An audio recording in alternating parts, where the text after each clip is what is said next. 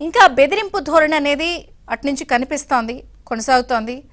Same time ప్రభుత్వం కొన్ని విషయాలు చాలా సీరియస్గా ఉంది అని చెప్తున్నా కూడా ఆ తప్పులు మళ్ళీ మళ్ళీ అక్కడక్కడ రిపీట్ అవుతున్నాయి. నిన్న పోర్ట్లో పట్టుకోవడంలో కానీ, అధికారులని ఒక ప్యానెల్లో వేయడంలో కానీ, లేదా వాళ్లకు బాధ్యతలు అప్పగించడంలో కానీ, మరి ఎలా చూస్తారు దీన్ని? ఇక్కడ ఒక వాస్తవ పరిస్థితి ఏంటి అంటే, ఇవాళ పవన్ కళ్యాణ్ గారికి కానీ వంగలపూడి అనిత గారికి కానీ ఈ విధమైన బెదిరింపు కాల్స్ చేస్తున్నారు అని అంటే 100కి 100 పాళ్ళు దాన్ని ప్రభుత్వం సీరియస్ గా పరిగణలోకి తీసుకొని తీరాల్సిందే, లోతైన విచారణ జరిగి తీరాల్సిందే. అతనికి ఏదైనా నేర ప్రవృత్తి ఉందా లేదో మానసిక సంతులనం కోల్పోయి ఈ విధమైన కాల్ చేస్తున్నాడు అనేది ఖచ్చితంగా నిర్ధారించుకొని తీరాల్సిందే. అంటే ఇది నేను ఎందుకు ఈ పాయింట్ స్ట్రెస్ చేస్తున్నానంటే, గతంలో ప్రతిపక్షంలో ఉన్నప్పుడు కూడా చంద్రబాబు గారు అప్పుడు ప్రతిపక్ష నేతగా ఉన్నప్పుడు రాళ్ల దాళ్లు, హత్యాయత్నాలు దాన్ని చాలా లైట్ గా తీసుకున్నారు. అప్పుడు కంప్లైంట్లు ఇచ్చినా కూడా, లేదా కార్యాలయాల మీద దాడి, రాళ్లు వేసేయడాలు బౌల్డర్స్ తో, ప్లస్ ఇప్పుడు మీరు బతికుంటే కదా అని చెప్పి ట్వీట్లు, అంటే ఏదో జరుగుతోంది.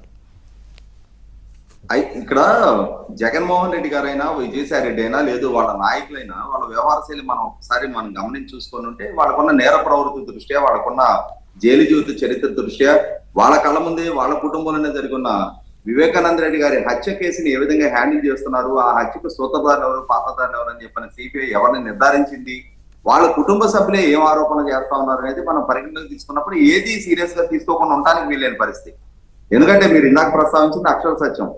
చంద్రబాబు నాయుడు గారి మీద అమరావతి పర్యటన సందర్భంగా, నందిగాం పర్యటన సందర్భంగా, ఎర్రగొండపాలెం పర్యటన సందర్భంగా, అంగళ్ళు పర్యటన సందర్భంగా, ఆయన నియోజకవర్గంలో పర్యటిస్తున్న సందర్భంగా, అలాగే తిరుపతి పర్యటించడానికి వెళ్ళినప్పుడు పోలీసులు స్వయంగా అడ్డుకున్న తీరు, విశాఖపట్నం పర్యటించడానికి వెళ్ళినప్పుడు ఆయన ఎయిర్పోర్ట్ లో నుంచి బయటికి రానివ్వకుండా అడ్డుకున్న తీరు, ఇవన్నీ చూసినప్పుడు వైసీపీ పార్టీ వాళ్ళ దుందుడుకు వ్యవహార శైలి, వాళ్ళ నేర ప్రవృత్తి, వాళ్ళ బరితెక్కితనం ప్రజలకు కూడా స్పష్టత ఉంది కాబట్టి వాళ్ళని ఎక్కడ కూర్చోబెట్టాలి అక్కడ కూర్చోబెట్టారు. అయితే ఇక్కడ నా ఉద్దేశం ఏంటి అంటే, ఇప్పుడు నిన్న పవన్ కళ్యాణ్ గారికి కానీ అనిత గారికి వచ్చిన కాల్స్ మూలాల్లోకి వెళ్ళి విచారణ చేస్తే రాల్సిందే, దేన్ని నాన్ సీరియస్ గా పరిగణలోకి తీసుకోకూడదు. అదే సందర్భంలో మనం ఒక నెల 15 రోజుల నుంచి జరుగుతున్న ఒక ట్రెండ్ ని గమనించుకుంటే, దేశంలో కనీసం ప్రతిరోజు 60 నుంచి 90 విమానాలకి బాంబులు పెట్టాము అని చెప్పని బెదిరింపు మెయిల్స్ వచ్చాయి. అవును, కొన్ని నిన్న ఢిల్లీలో కూడా స్కూళ్ళకి అలాగే వచ్చినాయి, స్కూళ్ళకి, ఎయిర్పోర్ట్లకి. మన రాష్ట్రంలో విజయనగరం జిల్లాలో కూడా 2 స్కూళ్ళలో బాంబులు పెట్టాము అని చెప్పని నిన్న మెసేజ్ రావడం జరిగింది. కాబట్టి ఏంటంటే ఇక్కడ ఖచ్చితంగా ఏ ఒక్క అంశాన్ని సీరియస్ గా తీసుకోకుండా ఉండటానికి వీల్లేదు. అలాగే ఇదొక అకతాయి పనులాగా ఇవాళ 90 విమానాలు రోజుకి బాంబు పెట్టామని బెదిరింపు మెయిల్స్ రావడం ద్వారా ఈ మొత్తం విమాన రవాణా వ్యవస్థ మొత్తం కూడా డీస్టెబిలైజ్ అయిపోయింది ఒక నెల రోజులు పైగా. అంటే దాని ఇంపాక్ట్ చాలా మంది ప్రయాణాలు రీషెడ్యూల్ అవుతాయి, వాళ్ళు అందుకోవాల్సిన బిజినెస్ మీటింగ్ లో ఏదైనా ఒక వాళ్ళ వ్యక్తిగత అవసరాలు టైంకి సకాలంలో అందుకోలేని పరిస్థితి, పైగా షెడ్యూల్ మొత్తం కూడా అతలకుతలం అయిపోయిన పరిస్థితులు మనం, అంటే వీడు ఎక్కడో కూర్చొని ఒక ఫేక్ మెయిల్ పంపించడం ద్వారా ఒక దేశ రవాణా వ్యవస్థని అతలకుతలం చేసిన తీరు చూసాం మనం.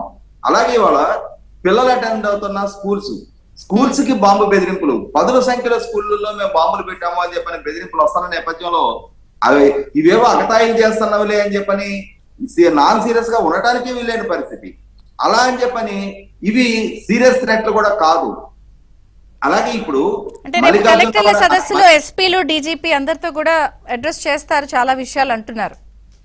100కి 100 పాళ్ళు ఇప్పుడు పవన్ కళ్యాణ్ గారు ఈ మధ్యకాలంలో ఈ సోషల్ మీడియా పోస్టుల విషయంలో కాకినాడలో ఆయన స్పందించిన తీరు, అలాగే ఈ అక్రమ బియ్యం రవాణా ఎగుమతుల మీద ఆయన స్పందించిన తీరు ఖచ్చితంగా ప్రభుత్వాన్ని కొంచెం, అంటే కొన్ని ఇష్యూస్ లో ప్రభుత్వ యంత్రాంగం వైపు తలసత్వం ప్రదర్శింపబడుతుంది అనుకున్నప్పుడు ఆయన ములుకర్ర పెట్టి పొడిచినట్టుగా ఆయన కొంత చురుకుదనాన్ని అద్దె ప్రయత్నం చేయటం, దానికి తగిన విధంగా యంత్రాంగం కూడా స్పందించి వేగవంతం అవుతున్న సందర్భంలో డెఫినెట్ గా ఈయన ఒకడు ఉన్నారా, ఇప్పుడు ప్రభుత్వం ఏదో కొద్దిగా వాళ్ళు అనుకున్న విధంగా చంద్రబాబు నాయుడు గారు కొద్దిగా మెతక వైఖరిగా ఉన్నారు కదా, ఈయన మాత్రం చురుకుదనం ప్రదర్శించబట్టి ప్రభుత్వ యంత్రాంగంలో మళ్ళీ వేగవంతంగా కేసులు బుక్ చేస్తున్నారు.